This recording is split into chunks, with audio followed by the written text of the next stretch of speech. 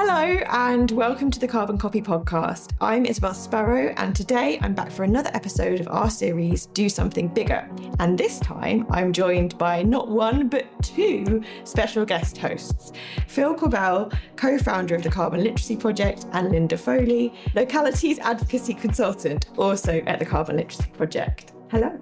Hi. Hi, Isabel. Great to have you here in Manchester. This series of the podcast accompanies Carbon Copy's year-long campaign, 25 Big Local Actions in 2025. The Carbon Literacy Project is one of our lead campaign partners alongside Climate Emergency UK and WWF UK, and Linda and Phil are bringing their expertise and experience to help me unpack today's topic, engage your community. So, as mentioned, there are three of us in the room today, and it's a slightly different setup for this one. The reason being is that we have a lot to talk about around the work that the Carbon Literacy Project is doing, both in terms of people engaging their professional communities and also those they're connected to through a shared interest, but also in terms of the ambition that the Carbon Literacy Project has around localities and the Localities Project. So, Phil, could you please start us off by telling us what the Carbon Literacy Project is and how it all started? Yeah, the origin story actually tells you a lot about what we're doing. We are in a crisis. We are in an emergency with what's happening with the climate, something which is going to impact on everybody, and everybody can contribute to minimizing it. So we thought, well, we have to get something going that engages people with impact at scale. And we went, Manchester has to be carbon literate. And everyone went, yep, it does. What do you mean? So we worked with employers and educators to create the Carbon Literacy Project, which hinges on enabling anyone to devise and deliver a day's worth of climate action training to their own people. So we're a charity that does that. And we enable people to train their own in a way that results in action. And the thing, perhaps most crucially it does, is say to people, whoever they are, wherever they are, what is your best climate thing that you can do? So aligned with what you're doing, of course. And I think people want to know that, yeah, it's there in the ether. This is something that I'd want to do something about. What is it? And this says, here it is. After this day's worth of training, you will not be given a thing to do, you will devise it. You will apply your knowledge and your motivation to what you do, generally in the workplace, and get on and do it.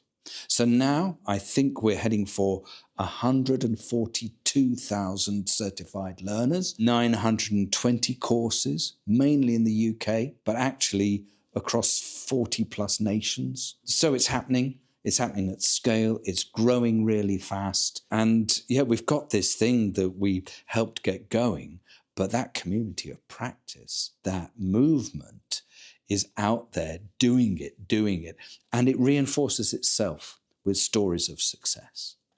Yeah, absolutely. It's an amazing journey. You've certified nearly 142,000 people. And actually, a third of those people has been within the last sort of 3, if that, years. Yeah, like less than 3 years. Yeah. So there's obviously been a huge ramping up. Oh, yeah. What's the kind of catalyst, I guess, for that huge ramping up? It is an exponential growth. I mean, climate people will recognise the hockey stick graph. We've got the good hockey stick graph in terms of our growth. But it is, the story's transmitting. One thing we don't talk about in the training is polar bears, because it's not about polar bears, it's about us.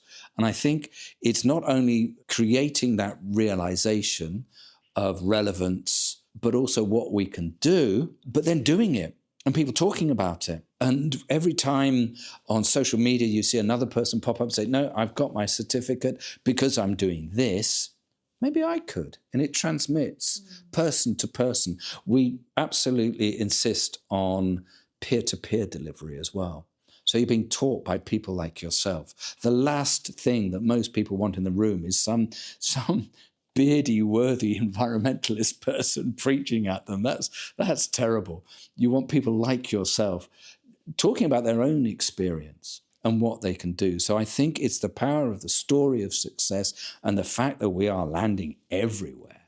We heard recently that there are trainee midwives being trained in carbon literacy. So I can now say we do births, weddings and funerals because we have wedding planners and funeral directors being trained. That's, incredible. Could you tell me a bit more about how somebody might become carbon literate and what the current toolkits and sectors and what does the training look like? We talk about a day's worth of learning and doing, and that can land in many different ways.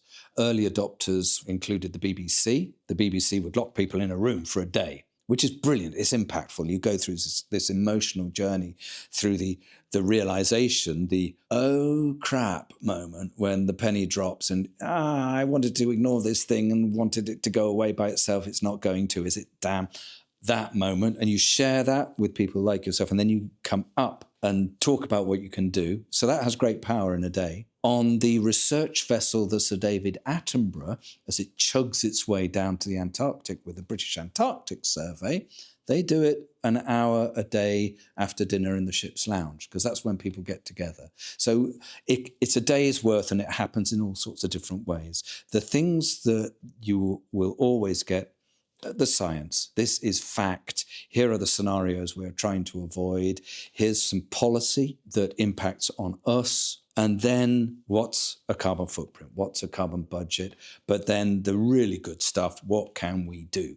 Who's doing it in places, in sectors like our own?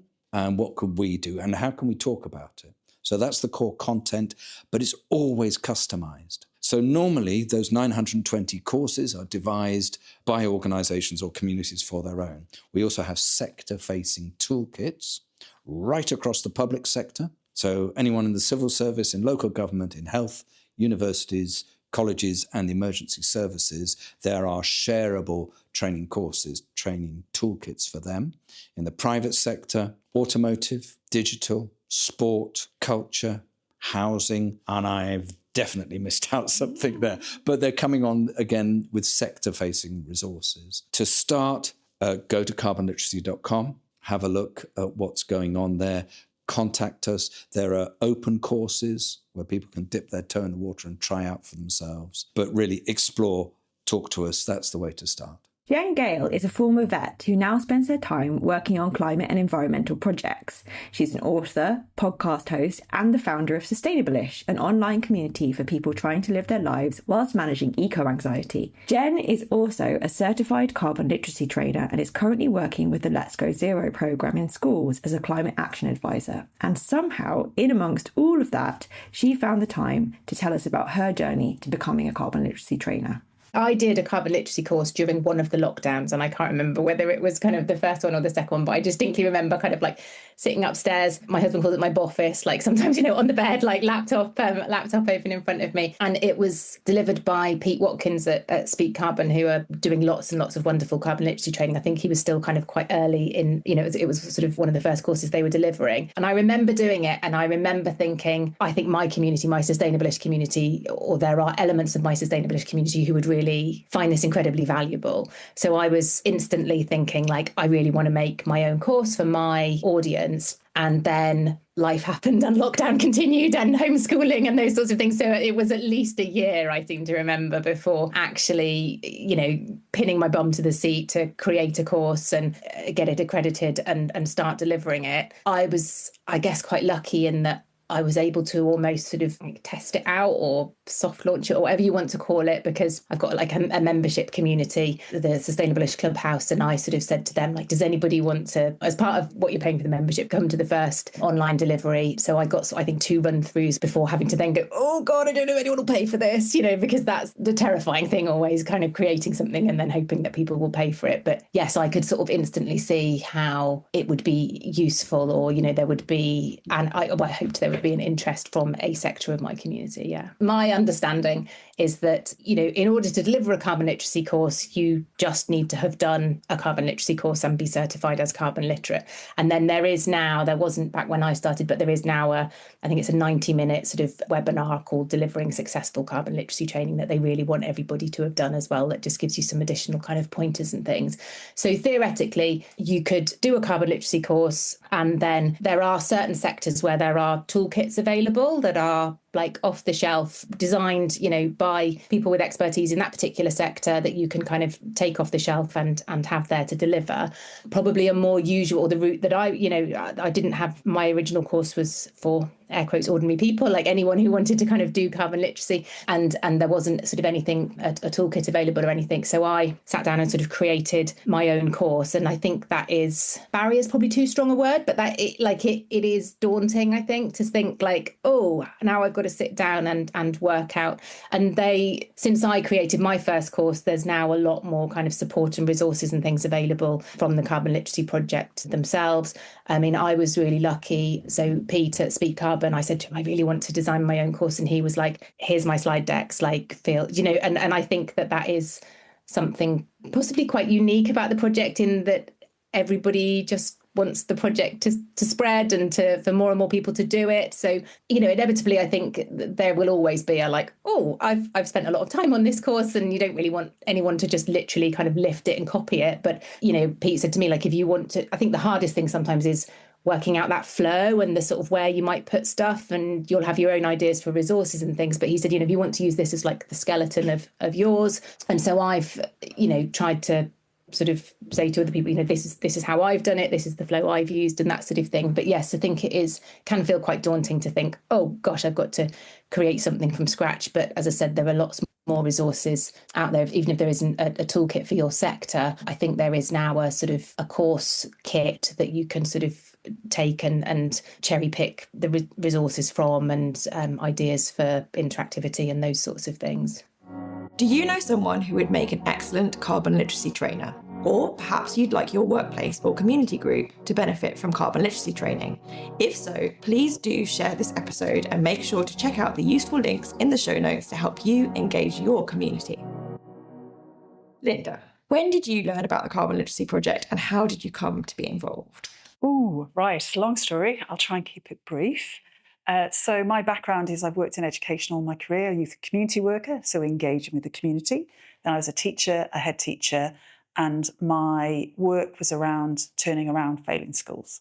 So my speciality, if you like, was engaging with hard-to-reach communities.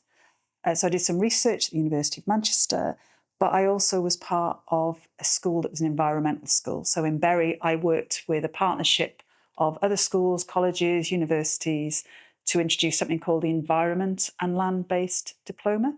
You might have heard of that. So my background was kind of education, community engagement, and environment, if you like, those three sectors. And in about 2018, I started doing what's called the NPQEL, which is the National Professional Qualification in Executive Leadership. And I went along, and everyone else was saying, I want to become a multi-academy trust, and I want to, get a couple of primary schools to join us. And they said, what do you want to do, Linda? And I said, well, I would like to introduce environmental education into the whole education school system. And they're all going, you want to do what? Because at that point, most people weren't talking about the climate emergency. So I started scoping, where is a really good climate education course that I can then introduce into the schools that I work with? So I looked at UN courses, and I went down to an NEU conference in London. I was in a workshop with a young man, he was about 17 at the time, called Joe Brindle, who started off Teach the Future, if you know that youth-based organisation. And somebody in our workshop that he was leading, when I told him my mission to bring climate education to schools, said, oh, you need to do carbon literacy training with the Carbon Literacy Project. How bizarre that I'd gone from Manchester to London, and I found out about carbon literacy training while I was in London. So I came back, I signed up, and I did a course at Great Places with Andy Wilson, which was called Carbon Literacy for Interested Organisations. I did the training, and I said, this is it. This is the silver bullet. I was just energised by it, absolutely loved it. Got my certificate, immediately signed up to become a trainer, as Jen did. I was so inspired by it.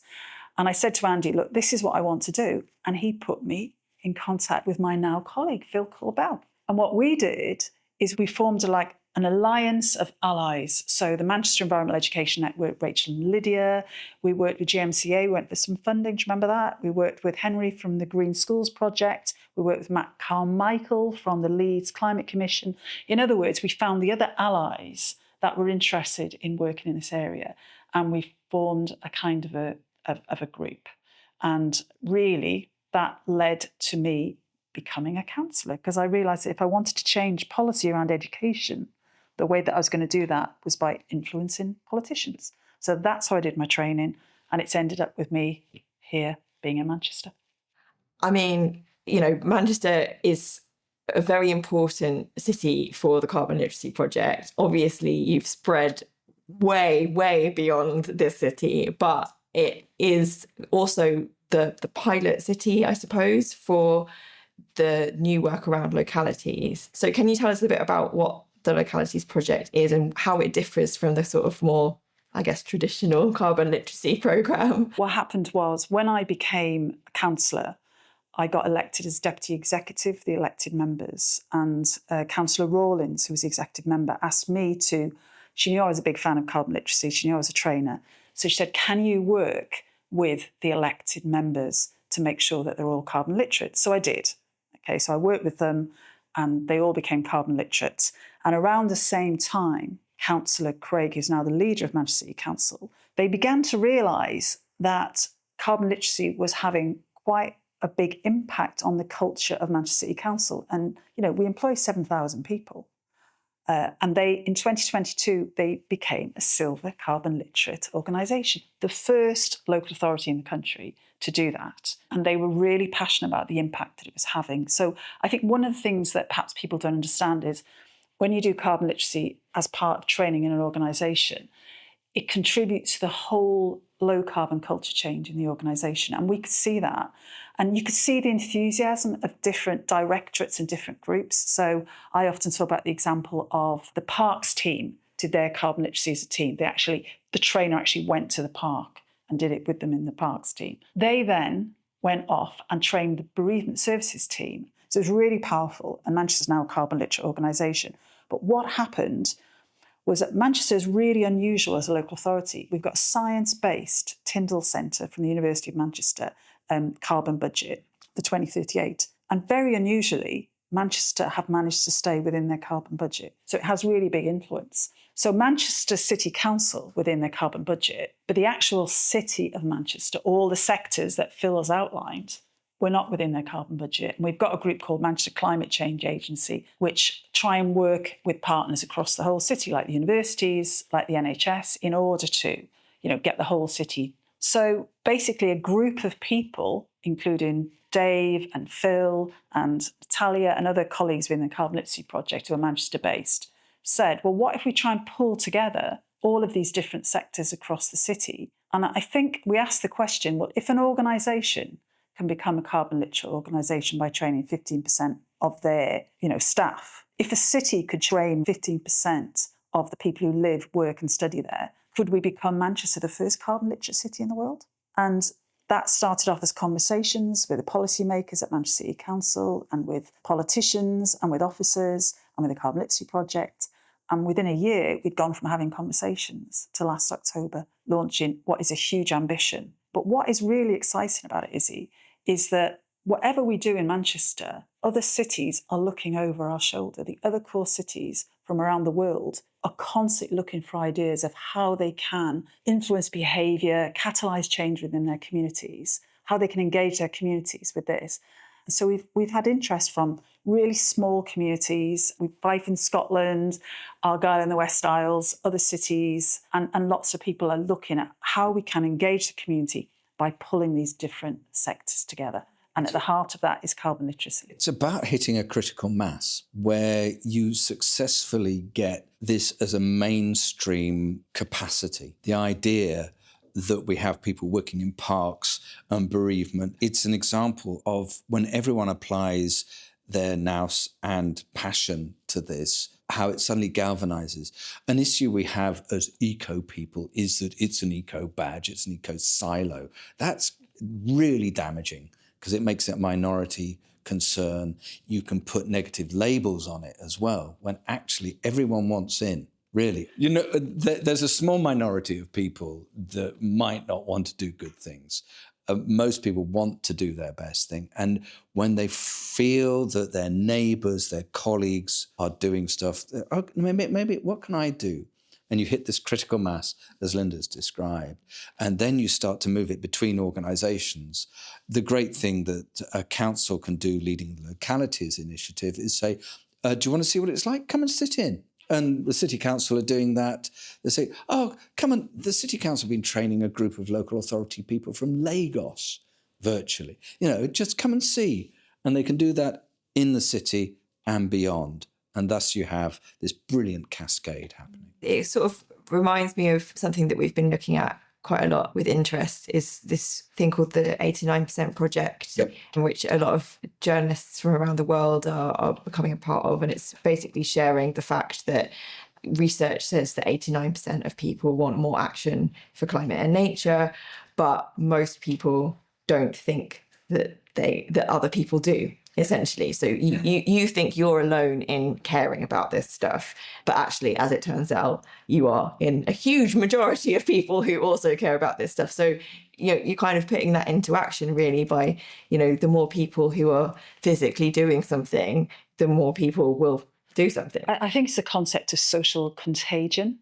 So it's this idea, Malcolm Gladwell talks about a tipping point, doesn't he? And they found even with things such as like solar panels, what they've realised, if one or two houses on a street get solar panels, it becomes, oh, well, we think they're quite good. So if they think it's okay, then, so that social contagion thing, that's what we've really found with the carbon literacy. So one of the areas I work in, not surprisingly, is in schools. And so we've now got the first school in Manchester that they've got the Carbon Literate Educators Award. And since that has happened, loads of other schools have been getting in contact and saying, oh, that's really interesting. How did Bala do that then? Oh, can we get involved? And the power of Manchester is whatever we do in Manchester, because of their reputation in terms of taking successful climate action as a city, they're seen as a climate leader. Because of their success, whatever we do in Manchester with the Carbon Literacy Project, with the sectors that we work with, it influences other cities, it influences other regions, it influences other areas. And we know that it's really creative, that it's the unintended consequences. We don't know when we start working with a sector, what's going to come out of that work. I mean, the Auto Trader example, that came about because Manchester City Council put into their partnership funding that we'd like your organisation to become carbon literate. Well, this is a cascade that's worth replicating. Well, I was about to introduce another clip from Jen, which is relevant to this, because one of the things that we talked about was the fact that when you make carbon literacy training a kind of mandatory part of the induction process or the training programme or whatever, you're then reaching people who would not otherwise have self-selected for something that is related to climate or related to environment. Absolutely. And I know that Auto Trader is definitely one example of that. They've done that. So it sends a really important message to staff that this is like a fundamental part of what we do as an organisation. It's not just the kind of, for the green people, it's for everyone.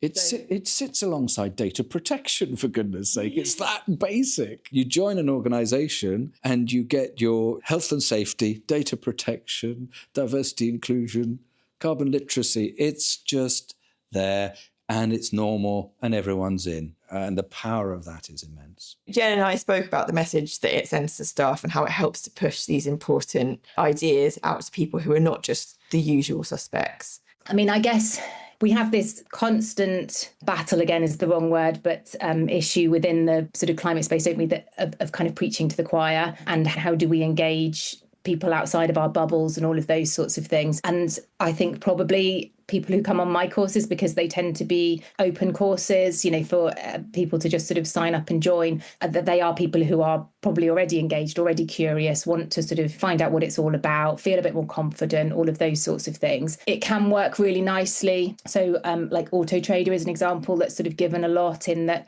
And again, this is my understanding, which may be completely wrong, but my understanding, so they developed a carbon literacy course for the automotive sector and they deliver it internally. And I think they might deliver it to it's not just who wants to come along to this, the green team come along to this, like everybody who works there either already has had to or will at some point have to do their carbon literacy training. And I think that's actually a really powerful way of kind of breaking out of those bubbles and, you know, starting to sort of introduce these ideas and concepts and things to people within workplaces. So it's a bit of a, you know, carrot and a stick type that, you know, should people have to do this? I don't know, but I do think it's a really good way of engaging people who wouldn't choose to come and spend 8 hours on a climate course. I think it is a really powerful statement by an organisation, be that someone like Auto Trader or, you know, a local authority or whatever, to say, like, this is a key priority for us as an organisation, to the extent that, you know, everybody is going to have 8 hours of their work time dedicated to this, in the same way that, you know, they might have training on health and safety and all of those kinds of things. But also, hopefully, it might help to explain some of the decisions that the organisation are making. It might help you to understand, like, why are we choosing to do things like that when maybe it was done like that in previous organisations you worked in and things. So I think it's a really powerful statement and a really powerful way when we talk about embedding sustainability into the culture of the organisation. Like, wow, that seems such a powerful way to do it. Can you tell me a bit more about the ambition that you have for both Carbon Literacy Project as a whole, but also the localities work that you're doing, and any big plans to engage even more people with carbon literacy training in 2026 and beyond? This can't be a minority concern. It cannot stay in a niche. It cannot stay local. Even if we got the bulk of the population of the UK on board, it's not going to help climate change because greenhouse gases don't respect national borders. So we've just got to go large. Scale really is everything for us, and it's starting to happen. We are not restricted to English language. I'm really, really chuffed to say that we have courses in Korean and in Welsh and many other languages. But I think particularly if we can do Welsh and Korean, we're really onto something there. So, yeah, we are not constrained by English language. We're still clocking up new sectors. We've got some fantastic stuff going on in logistics, for example. We've just got to keep growing. We're recruiting partners to help spread the word in other countries and other sectors. So, yeah, we're just building and keeping that exponential growth going on, which we could not do if we were training. So we are the enablers, and we enable others to train their own people to build their own capacity, and it grows and it grows. So we're a good meme. We've just launched this summer the toolkit for staff in schools. So we're just beginning that rollout, and we're beginning that in Manchester and in other schools like throughout the country. But there are 10.5 million school-age people in this country. And what inspired me to become a councillor was in 2019, was out on St. Peter's Square outside the town hall, having our students from our schools striking. And what we need to do is we need to give our young people the information and the tools to actually be prepared for the future. This is the mother of all issues. You know, my background is all about social justice and education, but there is no issue that exists that is greater than what we're doing. It's about climate justice, it's about social justice, and it's about giving our young people hope. And that's why the carbon literacy is so important. I go to these meetings and they say, you know, curriculum change is going to take us 10 years. We don't have 10 years. Whereas carbon literacy, we can actually deliver that now to our young people and give them hope. And I've quoted to you before, Rebecca Solnit talks about hope being an axe that helps you cut down doors in an emergency.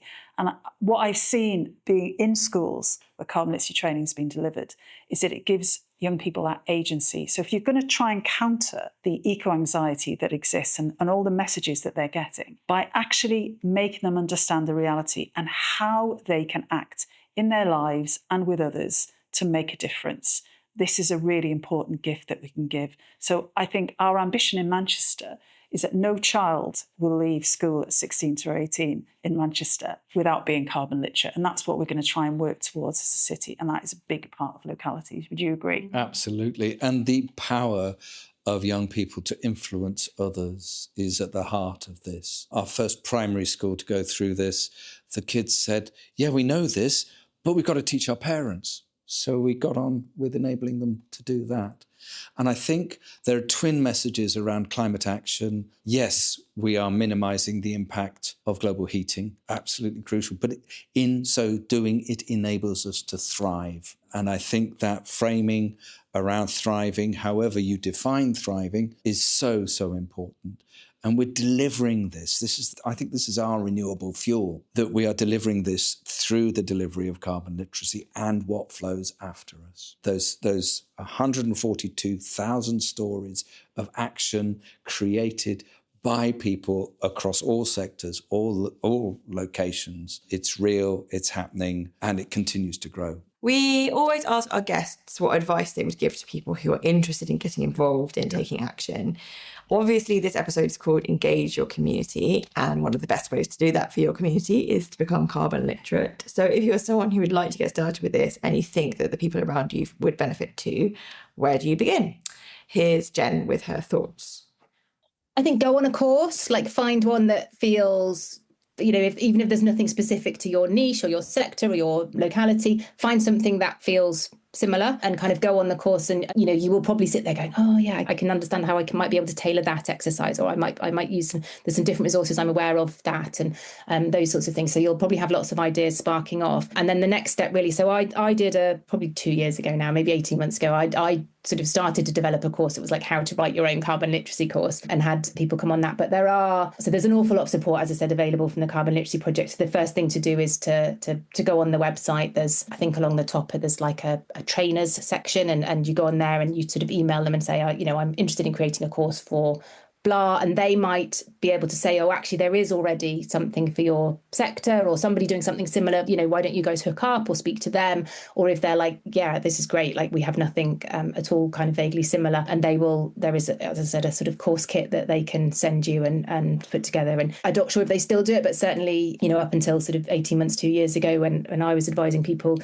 they would jump on a Zoom with you and sort of have a chat through with you and talk through what's going to be the best way for you to get a course. And I think just make sure that you've really thought about who your audience is and all of those sorts of things as well. But there is a lot of support and resources available. So, I think they've worked really hard on that over the last few years to try and make it a little bit less daunting for people who want to sort of start up and get delivering.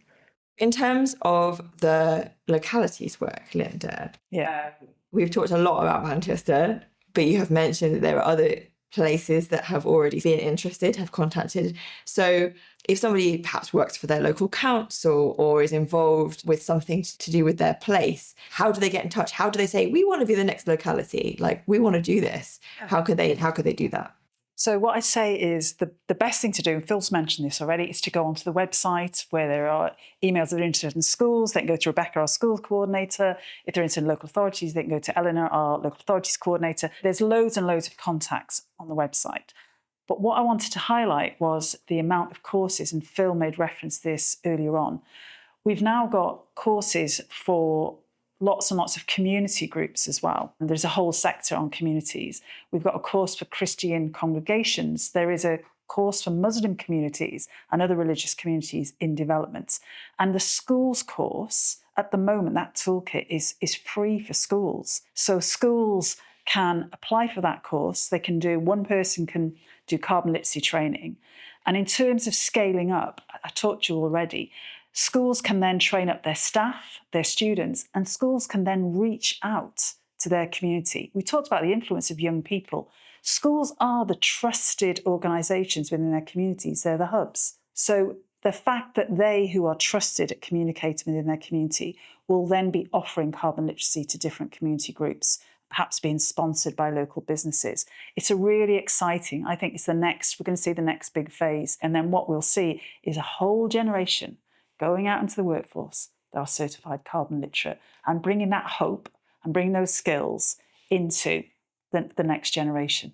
And then we really are going to be cooking on gas. Oh, sorry. Not gas. Cooking on renewable energy. Yeah.